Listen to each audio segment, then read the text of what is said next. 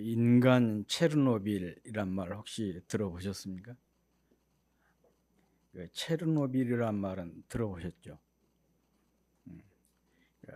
1980년 중반에 지금 이제 우크라이나 지역이죠. 체르노빌 원전이 폭발을 했었죠.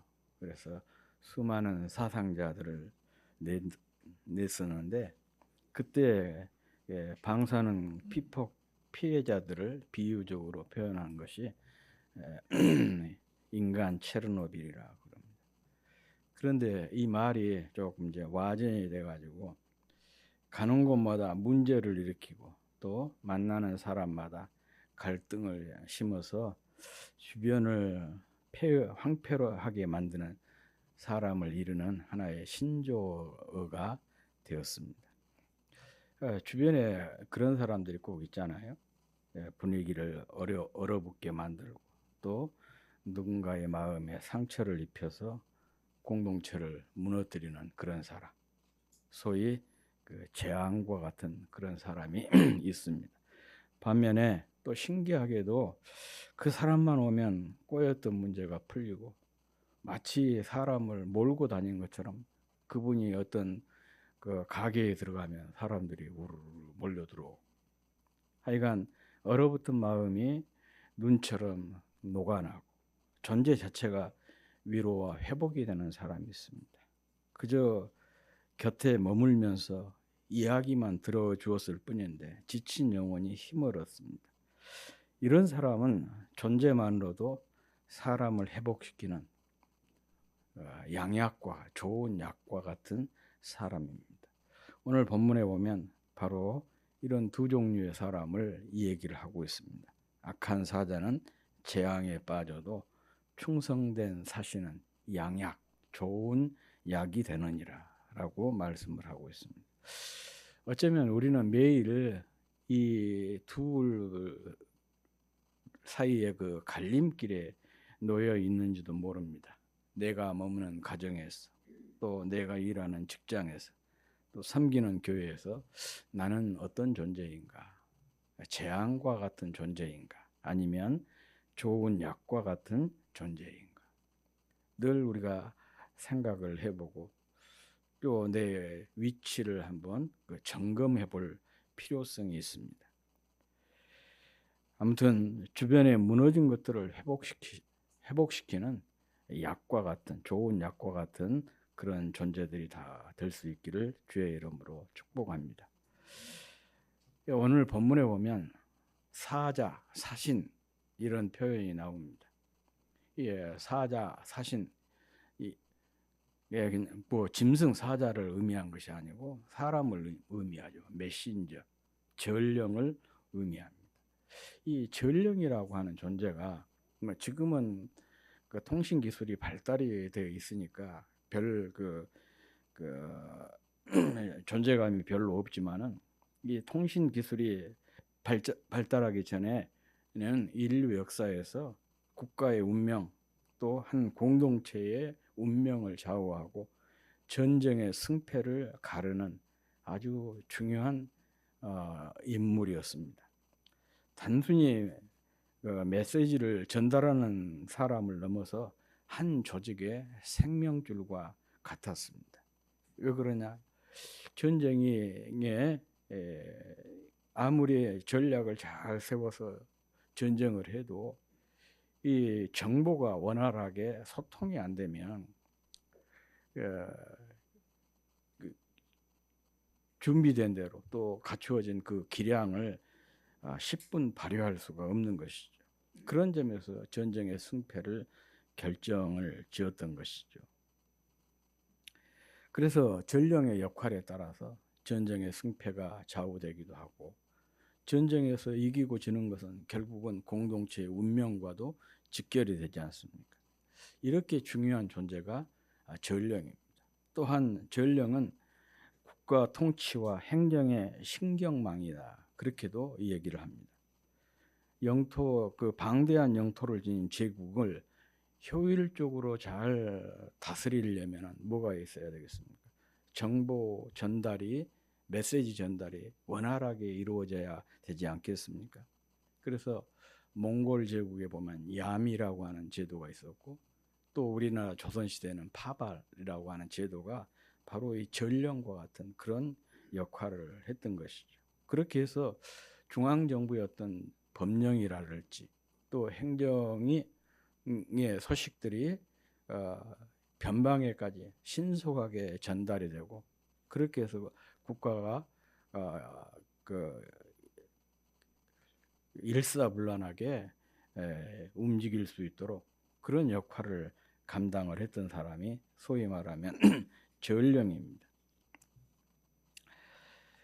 그런데 이런 사람이 보낸 사람의 본래 의도와 상관이 없이 자신의 어떤 주관이랄지 부정적인 감정을 가지고 메시지를 잘못 전달했다고 한번 상상을 해보십시오. 그러면 그 자체가 뭐가 되겠습니까? 재앙이 될 수밖에 없는 것이죠.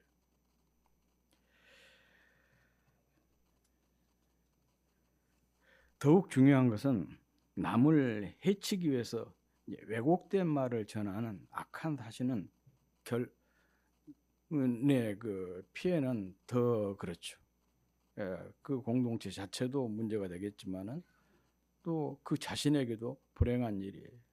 그래서 사실은 현대도 그러지만 과거에도 정보전이었습니다. 누가 좋은 정보, 고급 정보를 많이 가지고 있느냐, 그 전쟁이었던 것이죠. 그리고 그것을 효과적으로 사용한 쪽이 승리를 할 수가 있었어요. 우리 그 임진왜란 때 이순신 장군이 26승 했다 그러지 않습니까? 전승을 할 수 있었던 그 배경에도 이 전령을 잘 활용을 한 거예요. 그래서 적의 정보를 정확하게 파악을 하고, 그렇게 해서 거기에 잘 대응을 했었죠. 그래서 모든 전쟁을 승리로 이끌었습니다. 반면에 그 원균이 이끌었던 칠천량 전쟁은 거의 조선 수군의 괴멸에 가까운 그런 패배였잖아요. 잘못된 적이 흘린 잘못된 정보를 입수해가지고 거기에다 반응을 하다가 뭐 판옥선 거의 다 파괴가 되고 거북선 다 파손이 되고 원균도 그 전쟁에서 그 전사를 하고 거의 조선 수군이 괴멸에 가까운 그런 그 패배를 했었습니다. 이게 정보의 중요성이고 그 정보를 전달하는 메신저의 중요성을 잘 보여주는 그런 사건입니다. 오늘 본문에 보면 악한 사신 그리고 충성된 사자, 악한 사자, 충성된 사신 두 종류의 사람을 얘기를 하고 있습니다. 악한 사신은 말 그대로 그 패망을 가져오고, 그러나 충성된 사신은 양약과 같다, 그렇게 얘기를 하고 있습니다. 그런데 성경은 모든 성도가 사신이다, 전령이다, 그렇게 얘기를 하고 있습니다. 그렇다면 우리는 어떤 사신이 되어야 되는가? 뭐 두말할 것도 없죠. 좋은 사신, 충성된 사신이 되어야 되겠죠. 그러면 충성된 사신은 어떤 사람이냐? 그것을 알려면 오늘 본문에 나온 악한 사신이 어떤 사람인가를 알면은 금방 충성된 사신을 우리가 알 수가 있습니다. 오늘 본문에 나온 악한 사신이라고 하는 말의 그 히브리적 의미는 바로 이런 것입니다.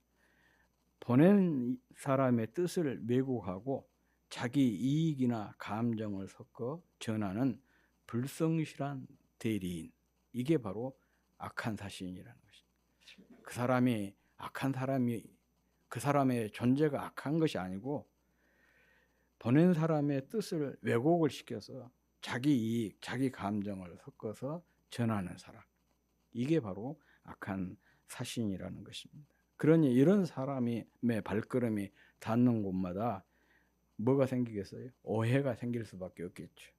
또 신뢰가 깨지고 공동체가 갈라지게 되는 것은 당연한 사실인 것이죠. 그래서 악한 사신은 말 그대로 재앙이 되는 것입니다. 반면에 충성된 사신은 자신의 생각이나 감정을 보태지 않고 보낸 이의 메시지를 있는 그대로 전달하는 사람입니다. 사실 이것이 전령의 제1원칙입니다. 전령은 내가 본 대로 들은 대로 또 보낸 사람이 준 그 메시지 그대로 가감하지 않고 그대로 전하는 것. 이것이 전령의 제1원칙이에요. 자신의 주관이나 편견을 섞어서 각색하지 않고 보낸 이의 메시지를 그대로 전달한 것입니다. 이렇게 사실을 명확하게 전달할 때 비로소 오해라랄지 또 불협화음이라랄지 혼란이라랄지 그런 것들이 사라지게 되는 것이죠. 그래서 충성된 사신들은 그랬다고 그래요. 어떤 극비 상황을 전달할 경우에는 잡히면 자기가 어떤 그 서신을 가지고 가다가 잡히면 빼앗길 수가 있잖아요. 그러니까 아예 통째로 그 내용을 암기를 해버린 거예요. 그리고 잡혔어요. 잡혔을 경우에는 어떻게 하냐? 자진을 한 거죠. 자살을 해요. 왜냐? 모진 고문을 받다 보면 실토할 수밖에 없지 않습니까? 사람은 연약하니까. 그러니까 그 고문을 받아서 받기 전에 그냥 자살을 해버린 것이죠. 그 비밀을 지키기 위해서. 그만큼 책임과 충성심이 강한 사람들, 이런 사람이 전령이었고 이런 전령을 충성된 사자라 그렇게 이 얘기를 한 것입니다. 자신이 전해야 될 메시지를 위해서 목숨을 건 사람입니다. 악한 사자의 발걸음이 닿는 곳마다 오해가 생기고 신뢰가 깨지고 공동체가 갈라지게 되었다면 이 충성된 사신은 글을 보낸 사람에게도 또 글을 통해서 소식을 듣는 사람에게도 또 공동체에도 좋은 약이 되었습니다. 그래서 성경에 보면 이런 말씀이 있어요. 충성된 사자는 글을 보낸 이에게 마치 추수하는 날의 얼음 냉수와 같아서 능히 그 주인의 마음을 시원하게 하느니라 그랬어요. 보낸 사람뿐만 아니라 듣는 모든 사람들에게도 기쁨을 주는 것이 충성된 사신의 특징입니다. 그 마라톤이라고 하는 그 올림픽 경기에서 그 꽃이라 그러죠. 올림픽 경기의 꽃 마라톤. 마라톤의 기원이 그거잖아요. 그리스 마라톤 평원에서 주전 490년입니다. 페르시아 지금 뭐 이란의 원조라고 그런데 이란이 그 페르시아와 그리스의 그 아테네 도시국가 사이에 전쟁이 일어났습니다. 페르시아의 대군 그때 그런데 아테네는 약 한 1만 명 정도밖에 안 되는 그런 군사로 페르시아 대군과 함께 마라톤 평원에서 전쟁이 일어났어요. 모든 남자들이 전쟁에 나가서 지금 전투를 벌이고 있는 그런 상황이다 보니까 아테네에 있는 사람들이 얼마나 그 전쟁의 결과에 대해서 목이 말랐겠습니까? 그때 전쟁의 결과를 가지고 달려온 사람이 있었어요. 전령이 있었어요. 그 전령의 이름이 필라피테스라고 해요. 이분이 달려온 거리가 지금 마라톤 풀코스가 42.195km잖아요. 그 정도 됐대요. 그렇게 와서 성문 앞에 와가지고 딱 두 마디 외쳤습니다. 내가 보았다. 우리가 이겼다. 그리고는 이제 얼마나 열심히 달렸더니 숨이 턱까지 와가지고 그러면서 꼬꾸라져 죽었어요. 그래 성 안에 있는 사람들이 얼마나 그 소식에 목말랐었는데 전쟁에 승리했다고 하니까 성 안에 큰 기쁨이 폭발하게 되었던 것이죠. 바로 이 충성된 사신이란 이런 사람인 것이죠. 바울은 우리를 향해서 이렇게 선포하고 있습니다. 그러므로 우리가 그리스도를 대신하여 사신이 되었다. 우리가 그리스도를 대신한 그리스도의 사신들이다. 전령이다. 그런 표현입니다. 또 주님 역시 이렇게 말씀하셨습니다. 아버지께서 나를 보내신 것 같이 나도 너희를 보내노라. 그래야 주님께서 우리를 보낸다. 주님으로부터 보냄을 받은 사람들이 저와 여러분이다. 그런 말씀이에요. 그러니까 이 말은 무슨 말이냐? 모든 성도는 주님의 사신들이다. 전령들이다. 그런 얘기입니다. 우리는 세상의 소문이나 헛된 풍조를 전하는 시시한 그런 전령이 아니라 만왕의 왕 되신 예수 그리스도의 뜻을 이 땅에 증거하는 고귀한 하늘의 대사들이다. 그런 얘기예요. 이것이 바로 성도의 정체성이고 성도의 사명인 것입니다. 그런데 많은 그리스도인들이 이런 자기가 이런 존재라는 것, 내가 이런 존재라는 것을 잊고 살아가는 거예요. 그러니까 정체성이 불분명한 것이죠. 이게 지금 오늘날 그리스도인들의 가장 심각한 문제입니다. 내가 어떤 존재냐? 나는 바로 그리스도의 대사다. 그리스도의 뜻을 이 땅의 모든 사람들에게 증거하도록 부름받은 고귀한 사명을 가진 그리스도의 사신이다. 전령이다. 이것이 우리의 정체성입니다.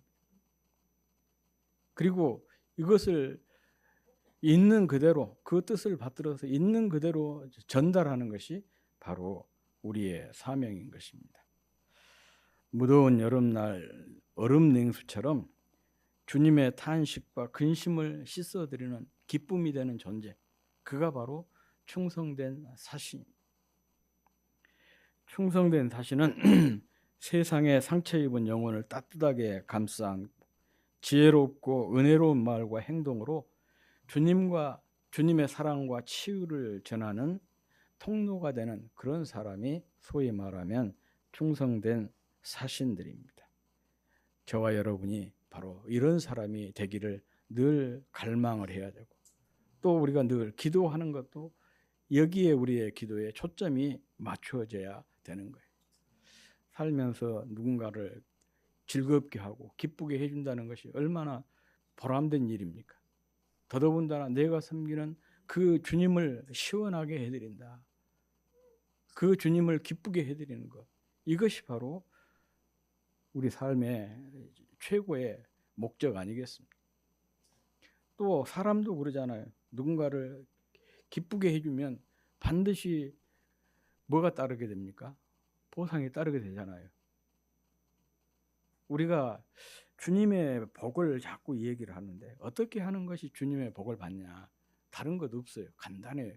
주님의 마음을 시원하게 해드리면, 주님의 마음을 기쁘게 해드리면 주의 복은 자동적으로 우리에게 따라오게 되어 있습니다. 아무튼 오늘 취임하는 우리 이종원 집사님 그리고 김경화 권사님, 이 두 분이 주님의 마음을 시원하게 해드리고 또 주님의 몸인 교회와 지체 그리고 세상을 살리는 약과 같은 충성된 일꾼이 되시기를 주의 이름으로 축복합니다. 이 두 분만 그런 게 아니고 모든 성도들이 다 이렇게 되었으면 좋겠습니다. 그래서 우리 기뻐하는 교회 성도들이 가는 곳마다 회복의 역사가 일어나고 치료의 역사가 일어나고, 그래서 참 이 사람들을 만나면 내 마음이 기쁘고 즐겁다, 회복이 된다, 이런 약과 같은 그런 성도들이 다 될 수 있기를 주의 이름으로 축복합니다.